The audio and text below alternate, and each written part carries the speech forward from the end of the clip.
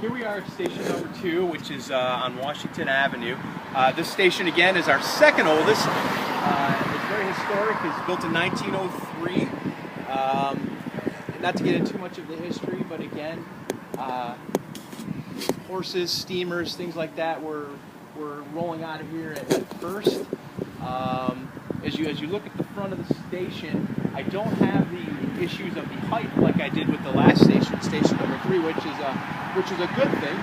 The station's very well structurally sound. It's a very beautiful station, and as I said previously, the city has no intentions of doing anything to it other than trying to find somebody else that would be willing to repurpose it. So why don't we go on in and take a look?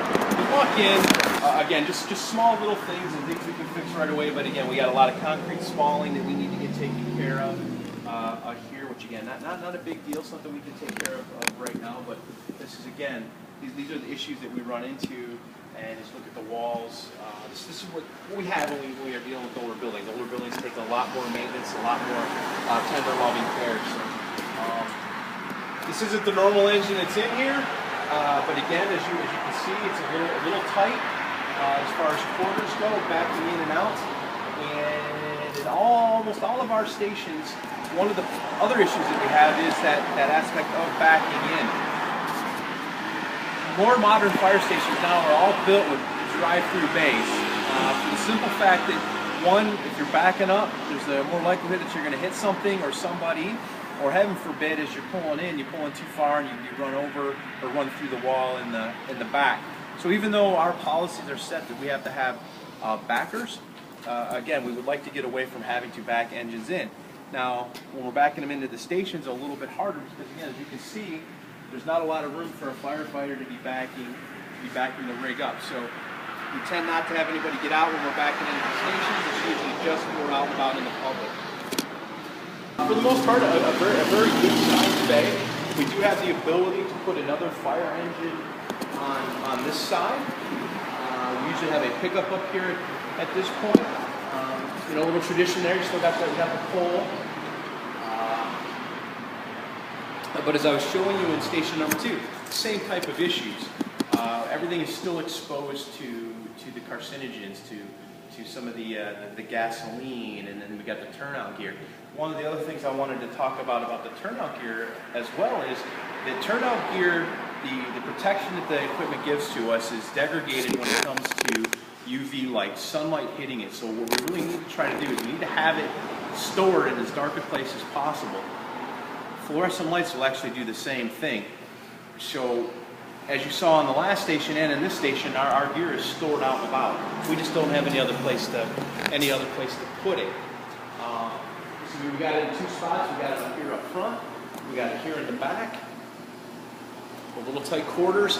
We have had accidents in the past where guys have pulled engines in too far and have actually hit those lockers, and we've had to do a little bit of repair work on it. As you look up the staircase here, you'll see where the turnout here, the one liner to the coat is hanging. All right.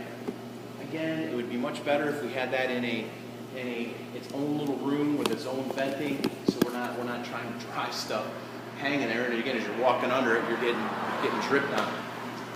Over the years, I don't know how long ago it was, but this used to be a wooden staircase. They did replace this with a metal, which is fantastic. Gives us that fire protection that we're looking for the guys upstairs. Some of the problems with our 2-story stations is that the second means of egress or a means of way for the firefighters to get out, if heaven forbid we did have a fire here in the bay. So, other than the gear, it's kind of the same situation here as it was in station number 3, with the kitchen being right off of the Apparatus bank. Only separated by a screen door, so you still have that off-gassing. The firefighters spend a lot of their time when they're not out doing public safety or PR events, running calls and training.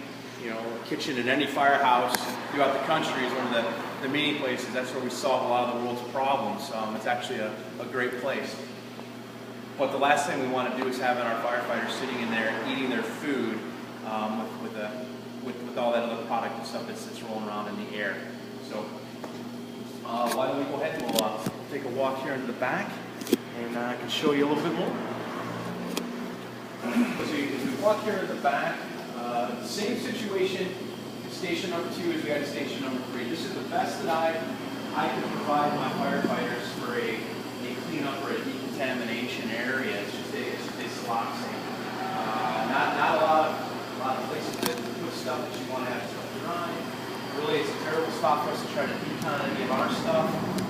We're lacking storage. This is a storage hose rack. As you can see, we got it loaded with a bunch of other things. Cleaning supplies are out and about. And it's no fault of the guys at all. It's just we just don't have the space anymore to handle what a modern fire department needs to do. And directly in here is the officer's office.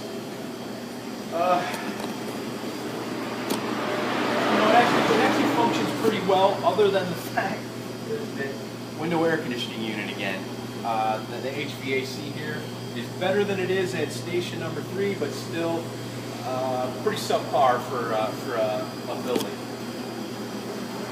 Again, as I said, structurally, it's actually in much better shape than station number 3, in my opinion. As we traverse back here, it's kind of, it's like I said in station number 3. The guys have done over the years an amazing job of displaying the history of the fire department and of station number 2, and the relationship that station number 2 had with the old sanitarium.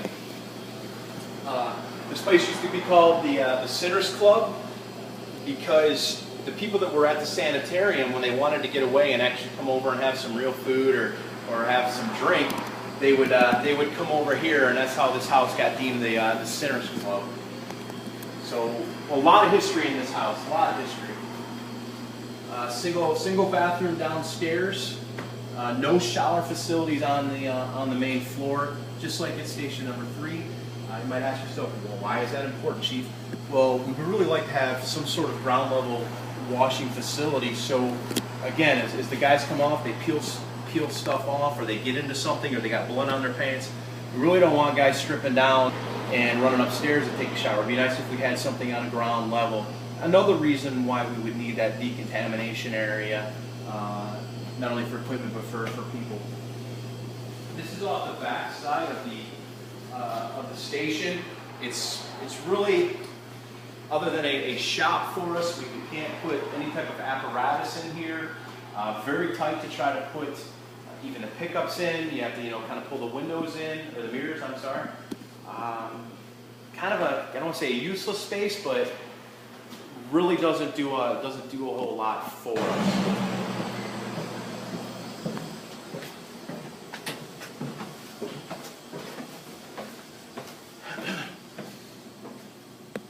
Okay, so as you stop here and you look at the ceiling, all right, you can tell. I mean, again, we got starting to delaminate some of the metal, even though that's concrete. It's curved. I get a little concerned about, the amount of weight that we're putting on here with the fire apparatus, which, and I know I keep beating this drum.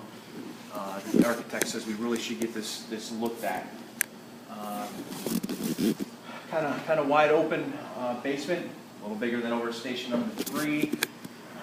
Nothing really too exciting to look at down here. One of the questions could be, all right, well, why can't we put more stuff down here? Well, again, it's really not a livable space. Wooden stairs, which I'm assuming we could probably retrofit if we wanted. But again, you have to ask yourself, how much money do you want to sink into a building that is? So we've transitioned up to the upstairs, and as you walk around, significantly larger than station number 3. Same kind of issues as far as facial cosmetic stuff. We got walls and ceilings that are cracked. We have some repairs that really need to be taken care of.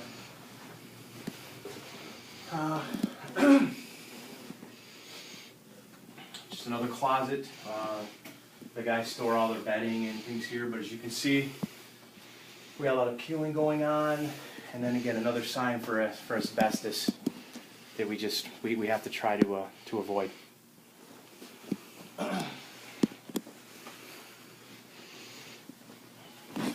In this station, as opposed to the other. There is more room for the guys to spread out and kind of be in their own little area, so they have a little seating room in here.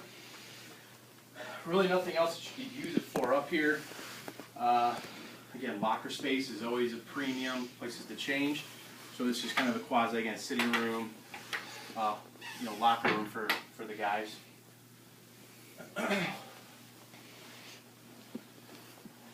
More lockers here on our left.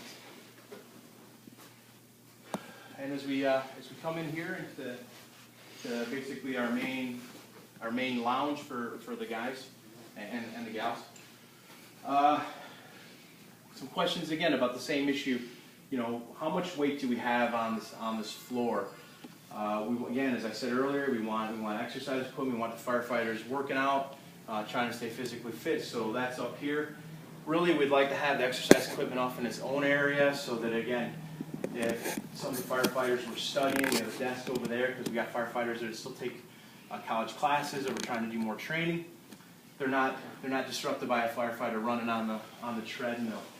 And then as we walk through this door here, this takes us into the dorm room.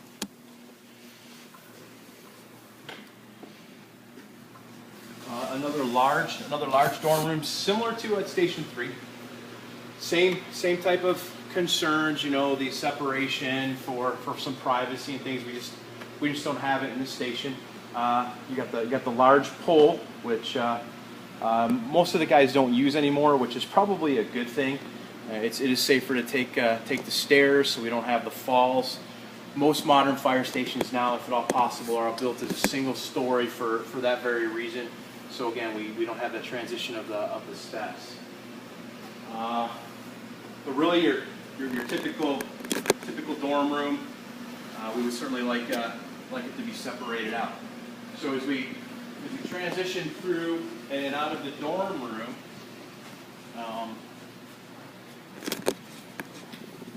it takes us almost full circle, and there is some room in here.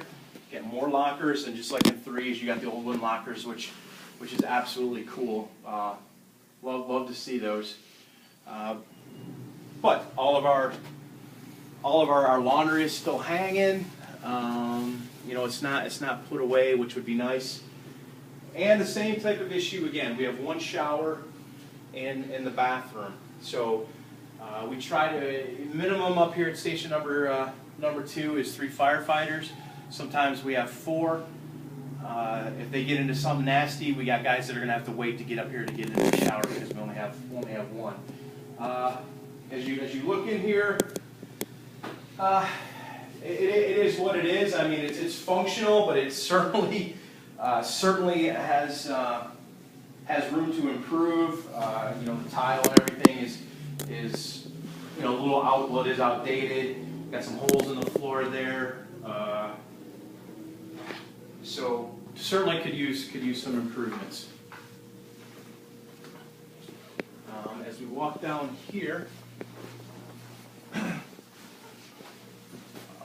another just closet. So we got a lot of nook and crannies in these. Okay, so the last room we're gonna take a look at is the kitchen. As we walk in, not bad actually. This isn't bad.